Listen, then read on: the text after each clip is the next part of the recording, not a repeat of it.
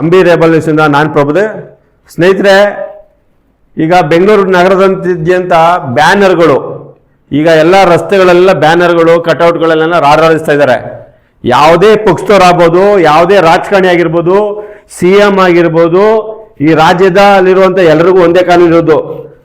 ನಮ್ಮ ಹೈಕೋರ್ಟು ನ್ಯಾಯಾಲಯ ಈ ಬ್ಯಾನರ್ ವಿರುದ್ಧ 2024 ಜನವರಿಲೇನೆ ಆದೇಶ ಕೊಟ್ಟೈತೆ ಅಧಿಕಾರಿಗಳಿಗೆ.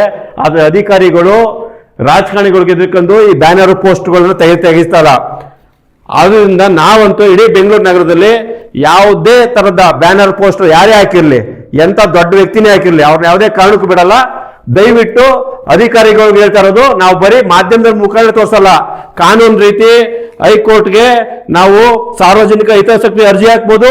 ಇಲ್ಲಾಂದ್ರೆ ನಾವು ಹೈಕೋರ್ಟ್ಗೆ ಇಲ್ಲಿ ನಡೀತಾ ಇರೋದನ್ನ ಸಂಪೂರ್ಣವಾಗಿ ಮಾಹಿತಿ ಕೊಡೋದ್ರ ಮುಖೇನ ನಾವು ಸುದ್ದಿನ ಪ್ರಚಾರ ಒಂದೇ ಮಾಡಲ್ಲ, ಅವ್ರ ಮೇಲೆ ಕೇಸ್ನು ದಾಖಲಿಸಿ ನಮ್ಮ ಹೆಸರಲ್ಲೇ ನಾವು ಕೇಸ್ ದಾಖಲೆ ಮಾಡ್ತೀವಿ. ಎಚ್ಚರಿಕೆಯಿಂದಿರಿ ರಾಜಕಾರಣಿಗಳೇ, ದಯವಿಟ್ಟು ಯಾರ್ದಾರೆ ಉತ್ತಮ ಮಾಡ್ಕೋಬೇಕಾದ್ರೆ, ಇನ್ನೊಂದು ಮಾಡ್ಕೋಬೇಕಾದ್ರೆ ನಿಮ್ಮ ಮನೇಲಿ ಮಾಡ್ಕೊಳ್ಳಿ.